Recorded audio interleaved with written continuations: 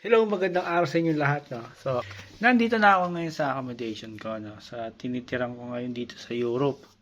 So, siyempre, sa previous video ko sa YouTube, meron ako doong video tungkol dun sa paano ba maka-survive sa mahabang layover, no? Yung connecting flight. No? Sa bawat anong country naman yon. So, meron akong gustong i-share sa inyo doon kasi sa airport, hindi, mismo dun sa aeroplano na, di ba? Nakasakay ka ng mga aeroplano. Merong mga bagay din na pwede mong iuwi, no? Meron din mga bagay din na pwede mong dalhin, ilagay mo sa bag, no? So ito, disclaimer lang hindi ko hindi ko nire-recommend na talagang gawin yung sinasabi ko. Pero ito din kasi ginagawa ng mga ibang tao, no? So hindi lang to bago, hindi na to bago, I mean, ginagawa na to ng yung mga iba, no? Hindi lang ako. So, gusto ko lang i-share sa inyo kung ano yung mga nakuha ko sa aeroplano, no? So, nag-umpisa to nung nagkatrabaho ako sa Dubai. So, 4 na blanket na yung nauwi ko, no? Yung para mga comfort, yung mga kumot. So, gusto ko ipakita sa inyo kung ano pa yung mga pwede nyo kunin. So, ito, papakita ko sa inyo yung nakuha ko nung previous sa China Airlines, no? So, ito. Ito, no, nakakuha ako ng ito galing sa China Eastern Airlines to. So, i-unboxing natin, no? Unboxing natin mismo dito. So, ano ba naman niya?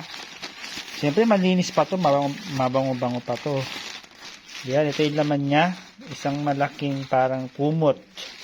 Ito yung ginagamit ng mga pasahero pag matutulog na sila sa mahabang biyahe. No? So, yan, nakakuha ako. So, yan, no?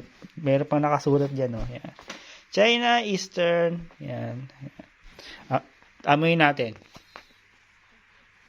Malinis siya, mabango. Alright. Tapos meron pa, no? So kung mapapansin nyo, meron ako ditong mga ganito sa ano ko. Ayan. China Southern naman to. Itong mga to, nakalagay ito sa banyo.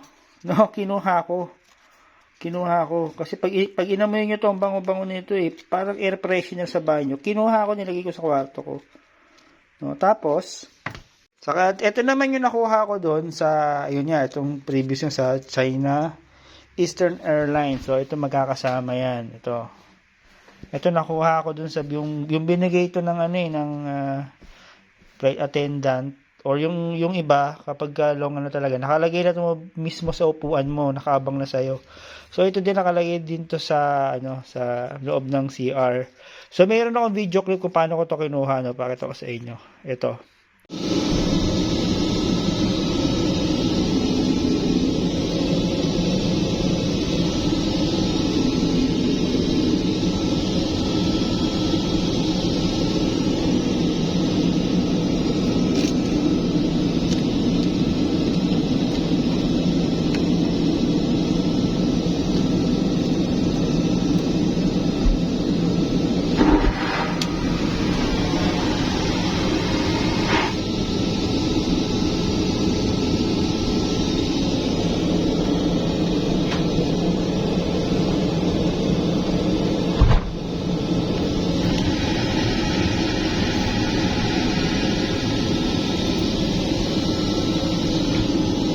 So, ayun na nga, no?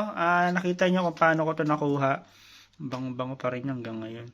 Ayun, tapos, hindi lang yun, no? Yung, alam mo, di ba, kumain kayo, meron kayong pagkain. Yung mga lagayan ng mga prutas, yung mga lagayan ng mga tinapay, na maliit, parang mangkok lang na maliit na square. Inuwi ko din yun, no? Nasa Pilipinas na, inuwi ko din yun. Nilagay ko sa bag ko. So, yun lang na mga bagay na pwede mong kunin, as far as I know, na hindi nila alam, no? Kasi isipin na lang natin kung magkano yung binayad natin sa ticket. Dapat meron naman tayong mauwi kahit pa paano, no? So, again, hindi ko nila-recommend na gawin niyo yung ginawa ko, di ba? So, saka again, hindi lang ako yung unang gumawa nito. Marami na rin ibang tao. Yung mga regular lumilipad ng aeroplano, nagpapalipad or sumasakay ng aeroplano, nakauwi na sila ng mga ganyan. So, ayun. So, hanggang doon na lang, guys, no? So, sana gustuhan niyo yung video ko na tungkol dito. So, next time na pupunta kayo pauwi na kayo or papunta kayong abroad, huwag nyo kalimutan to sa CR. Hanapin nyo to, ang bango-bango. Tapos, ilagay nyo sa kwarto nyo. Bango-bango. Tapos, syempre, itong kumot, no? Malaki to eh. Yan. Souvenir. Bye-bye.